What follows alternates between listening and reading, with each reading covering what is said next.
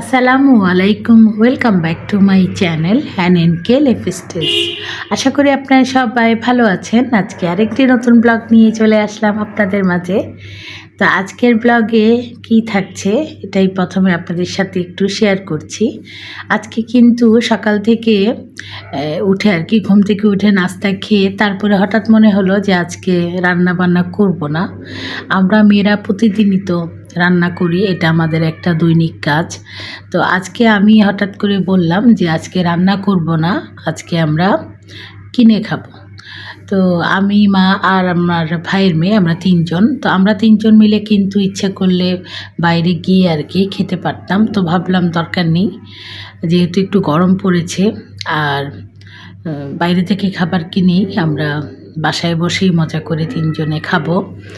আর এই ভর দুপুরে এখন বাজে 2:30। তো বাসায় টুকটাক কাজও করেছি, সেই জন্য আর কি রান্নার ঝামেলায় আজকে যাইনি। আর আমরা মেয়েরা আসলে যতই আর কি এই রান্না করি না কেন, একদিন যদি রান্না থেকে ছুটি পাই তাহলে আমাদের থেকে মানে এত খুশি মনে হয় না আর কেউ হবে। মনে হয় যে মানে আজকের দিনটা একটু অন্যরকম। তো এই খুশিটা নিজেই তৈরি করে নিতে হয়। আর এই খুশিটার জন্য কিন্তু খুব যে একটা টাকার প্রয়োজন তাও না, আমাদের সাধ্য মতোই কিন্তু আমরা নিজেকে খুশি রাখতে পারি। তো ওই যে বললাম এই যে বাইরে থেকে খাবার কিনে খাবো, তো প্ল্যান করলাম যে তেহারি কিনে আনি। তো তেহারি কিন্তু হাফ প্যাকেট যেটা আর কি 120 টাকা করে রেখেছে। তো খুব যে বেশি দাম কম সেটা বলবো না, আবার বেশিও যে সেটাও বলবো না।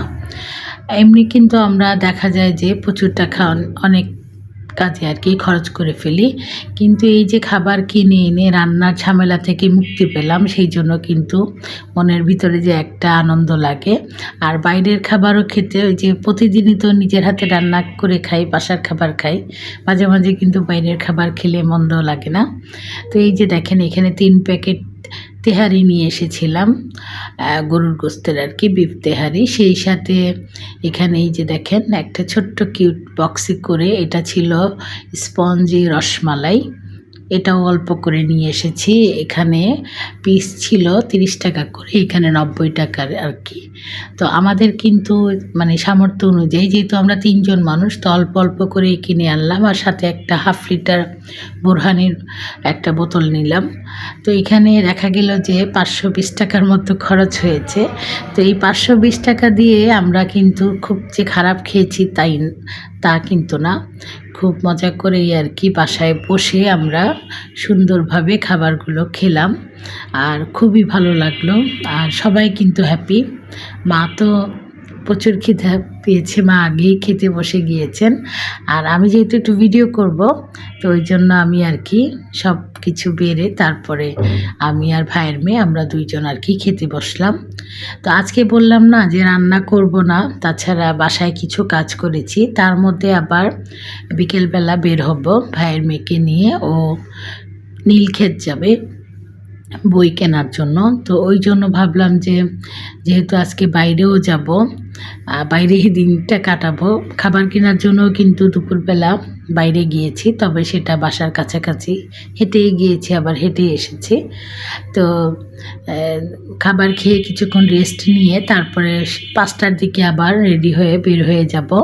তো আমরা তো মোহাম্মদপুর থাকি, মোহাম্মদপুর থেকে কিন্তু নীলক্ষেত যেতে রিক্সা করে যেতে প্রায়, যদি রাস্তার তো জ্যামের কথা আজকাল বলা যায় না, তবে আলহামদুলিল্লাহ তেমন একটা জ্যাম পাইনি। যেহেতু 5টার সময়, যেহেতু বাসা থেকে বিকেল 5টায় বের হয়েছি, অফিস ছুটির সময় থাকে, তো দেখা যায় যে রাস্তায় প্রচুর জ্যাম থাকে। তো আলহামদুলিল্লাহ আমরা তেমন একটা জ্যাম পাইনি, প্রায় 1 ঘন্টারও কম লেগেছে, আমরা পৌঁছে গিয়েছি। নীলক্ষেত যাব ঠিক আছে বই কেনার জন্য। তো ভাবলাম গাউসিয়া, নিউ মার্কেট এগুলো তো কাছাকাছি, তো এখান থেকেও টুকটাক কিছু শপিং করে নিব। তো রিক্সা করেই যাচ্ছি, এখন তো মোটরের রিক্সা অ্যাভেলেবেল, আর মোটর রিক্সাতে বসেও কিন্তু যেহেতু একটু বড়সড় আছে, আরামও লাগে। আর পায়ের রিক্সা যেহেতু সময় লাগে, মোটরের রিক্সাতে কিন্তু তেমন একটা সময় লাগে না। তারপরও মোটরের রিক্সা কিন্তু রিক্স, পায়ের রিক্সাটা তেমন রিক্স না। মোটরের রিক্সা আবার উল্টে গেলে হ্যাঁ, মানে আল্লাহ না করুক আর কি কোনো একটা বড় ধরনের দুর্ঘটনা ঘটে যায়। তো যাই হোক আল্লাহর নাম নিয়ে রওনা দিয়ে দিলাম। তো রাস্তায় একটু ভিডিও করেছিলাম যখন রিকশায় বসেছিলাম। আর এই নিউ মার্কেট, গাউসিয়া এগুলোর কথা কি বলবো, এখানে কিন্তু অনেক সাবধানে চলাচল করতে হয়। বিশেষ করে আমার তো একবার ব্যাগের, আমি নিজেও জানি না, সাইড ব্যাগের চেনটা বাসায় এসে দেখি খোলা, আর এখানে যে ভাঙতি টাকা ছিল 600 টাকা, ওইটা উধাও। তো তারপর থেকে আমি কিন্তু খুব আর কি সতর্কভাবে যখন শপিং করি ওখানে যাই, ব্যাগগুলো খুব সতর্কভাবে রাখি। তো মোবাইলটা আমি মোটেও বের করিনি কিন্তু যখন গাউসিয়াতে ছিলাম। আর এখন তো আবার হেঁটে হেঁটে নীলক্ষেত চলে এসেছি বইয়ের দোকানে। তো এখান থেকে আর কি ভাইয়ের মেয়ে বই কিনবে, তো তখন একটু মোবাইলটা বের করে ভিডিও করেছি। আর গাউসিয়া আসলে আসলে মানে মনে হয় যে যাই দেখি তাই কিনবো, কিন্তু ওইভাবে তো টাকা পয়সা নিয়ে আসতে হয়। তো অল্প টাকার মধ্যেই ভাইয়ের মেয়ে আবার একটা ভ্যানিটি ব্যাগ নিল, তারপরে আমি একটা জুতা তো এখানে যে বাইরে যেগুলো আগে যেগুলো আমরা 150-200 টাকা দিয়ে কিনতাম, এগুলো এখন 300 টাকা। তো এক জোড়া জুতা নিলাম, তারপরে একটা হিজাব নিলাম, তাও ওইটাও 150 টাকা, খুবই কম প্রাইসের। আর ভাইয়ের মেয়ে একটা ব্যাগ নিল, এগুলো আর কি টুকটাক। তো এগুলো কিন্তু আগে কেনাকাটা করে তারপরে আমরা এই যে নীলক্ষেত আর কি হেঁটে চলে এসেছি বইয়ের দোকানে। তো এইখান থেকেও বই সুন্দর করে আর কি দেখে তারপরে বইগুলো নিলাম, নিয়ে আবার ওই যে ওভারব্রিজ দিয়ে রাস্তা পার হয়ে ওই পাশে গিয়ে আবার রিক্সা নিয়ে, তো বাসায় আসতে আসতে আমাদের তখন বাজে 7:30, মানে সন্ধ্যা আর কি, রাত হয়ে গিয়েছে। তো খুবই টায়ার্ড, যেহেতু নীলক্ষেত এত সময় ছিলাম, গাউসিয়া তো একটু ঘোরাঘুরি করলাম। আর এই হলো বই। আর আর যা কিনেছি ওগুলো আর শেয়ার করলাম না, ও তেমন কিছু তো আর কিনিনি, অল্প স্বল্প কিনেছি। তো আসার সময় ভীষণ খিদা লেগেছিল, ওইখানে কিন্তু কোনো কিছুই খাইনি, ওই যে দুপুরে যে খাবারটা খেয়ে গিয়েছি তাই, এক ফোঁটা পানিও খাইনি।